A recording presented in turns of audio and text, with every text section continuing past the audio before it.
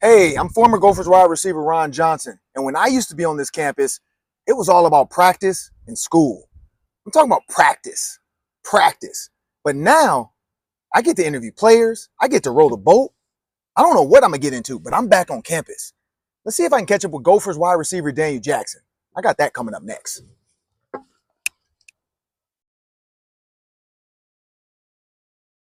Well, as I promised, it's time for the Hanging Out with Ron Johnson segment. I'm back on campus. I got to say, this is way different than 1998, but I got Daniel Jackson joining me, Gophers wide receiver. What year were you born? I was born in 2002. A little while back, yeah. So 2002, I was headed to the NFL.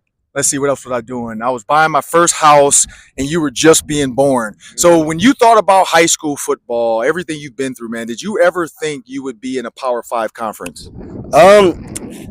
I'll say at high school level, I knew I kind of had an advantage at that point, but I didn't pick up my first offer till sophomore year. So, I mean, freshman year is just a grind, and you never know where you're going to end up, but you know you want to play college football at some level. So, after getting my first offer, and then it just took off from there. So, I had an idea that I was capable. And you are close to 2,000 yards receiving. When you think about 2,000 yards receiving, you know, you got Tyler Johnson, Rashad Bateman, myself, Eric Decker. When you think about putting your name in those lists, I mean, you'll have a chance to keep going. I mean, you could probably get close to 2,900 yards if you start. I mean, because you guys have a bowl game. I'm predicting a bowl game. So you'll have a chance to get up there. Yeah. What does that feel like, though, to eclipse the 2,000 yard mark? No, it would definitely be an honor to be in the name of all those great Gopher receivers. And, you know, it's just time to keep working, you know, and be etched in history in Minnesota. You know, been here all since I committed as a freshman, and, you know, it's been a great time here. So it would be amazing to be etched in history.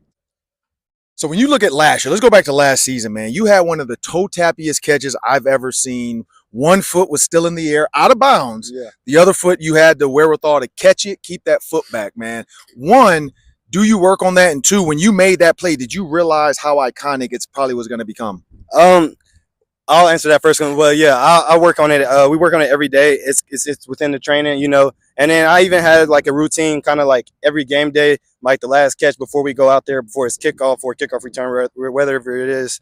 I'll do like a little sideline catch just to drag my foot, make sure I'm aware of where I'm at. And so yeah, just to answer that, yeah, we do practice. I do practice it often enough.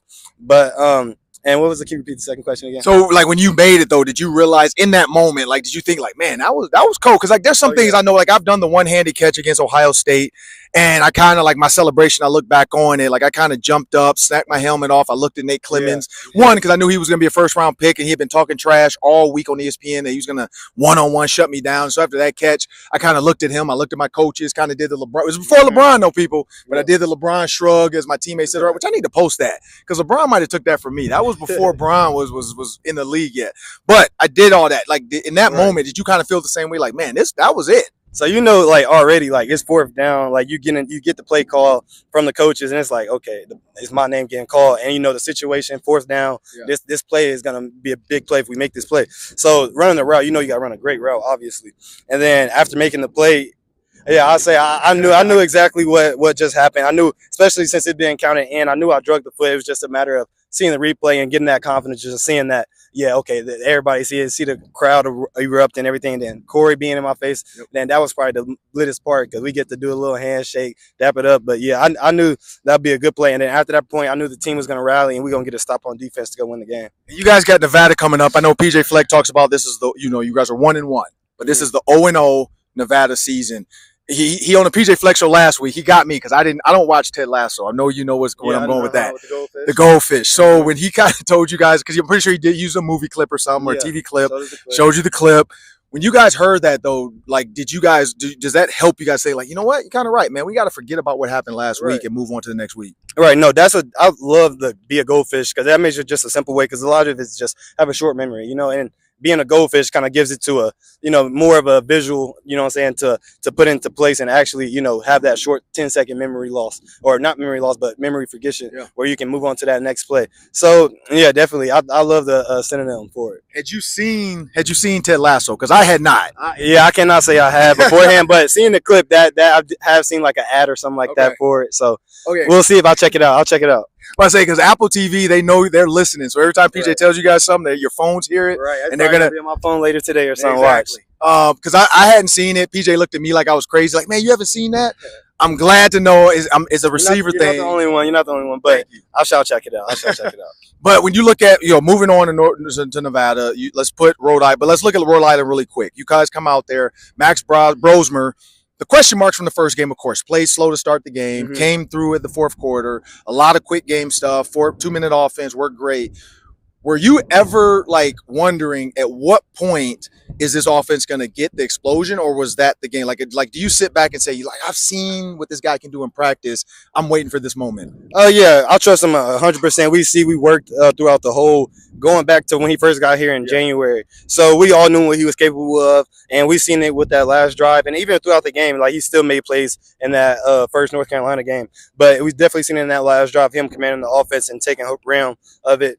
And then throughout the whole game, he went 26 of 30 or something like that. And that's great numbers for any quarterback. So we knew that he was capable. That's his gameplay. He's gonna be a smart, take care of the ball quarterback, and you just seen it improve. So like normally I would have had something like a soft, because we're at Jane Sage Kyle Stadium, Gophers softball, nice environment. I was gonna see if you could catch a ball over the wall. We're not gonna do that. You got no Crocs. But did you play baseball growing up? I did play baseball growing up. I played it for maybe a year. I can't say I played, but I played for a year, and that's something that I would definitely want to, say for the future, get my kids into or something like that, because I wish I would have played more baseball growing up. And I know a pitcher here, Sydney Schwartz. She's from Chanhassen, where we live. She was our high school pitcher. She's now the Gophers pitcher at the University of Minnesota. She throws about 67 to 68 miles an hour from 43 feet. Do you think if you were to, because University of Florida did this. They went against their girls softball team. Yeah. Do you think you could hit the ball in the box with her pitching? In the box, if it's right down the middle, I think I'm gonna smack the ball. Yes, I think I'm gonna make contact for surely. Where it's gonna go is dependent on how equipped to back in the day I was. So. Well, I don't know. We'll see. But I think I can make definitely contact easily. I got to set that up for charity. We got to get the Gopher softball program involved in this, because my daughter plays softball, so I love it. So we're going to have to find a charity to make this happen. Right. But moving forward, looking at the rest of the season, man, what in Daniel Jackson's mind, what are you looking forward to next with the next game against Nevada? With this next game is just going 1-0 as a team, and individually just making sure our offense execute. We continue to make the plays and make our routine plays, and then we continue to win our one-on-one battles and just execute our offense.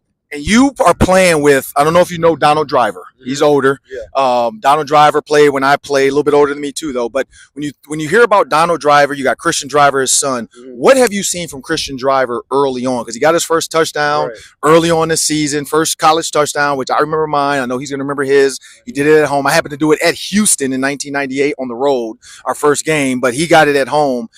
What have you seen from that young kid? Yeah, shout out my boy Driver. Congrats on your first tut. But he got elite quickness. Like his quickness, his short area quickness, his twitch is very, very elite. Very similar to his dad. His dad was a great receiver. He always got open, reliable receiver. And that's something Christian is very good at, is getting open and creating that separation from the defender. So I think that's a great talent he has. And I've talked to some scouts. I know like Ariante Ursary, yourself, Justin Wiley. You guys all have a chance to play on Sundays. What do you want Gopher fans to remember most about Daniel Jackson in your fifth season? That's a great question. What do I want Gopher fans to remember most about me in my fifth season? I want to remember he was fun to watch. He was energetic, always energetic on the field. He always had fun out there, looked like he always had fun out there playing. So. And when you look at this new offense, I know like it's similar, but there's some new twists and turns to this offense. Greg Harbaugh has talked about this. PJ mentioned it. When you guys look at your offense and just being out there as a group, you understand the play that's coming in. Max now can talk to the coach in the headset.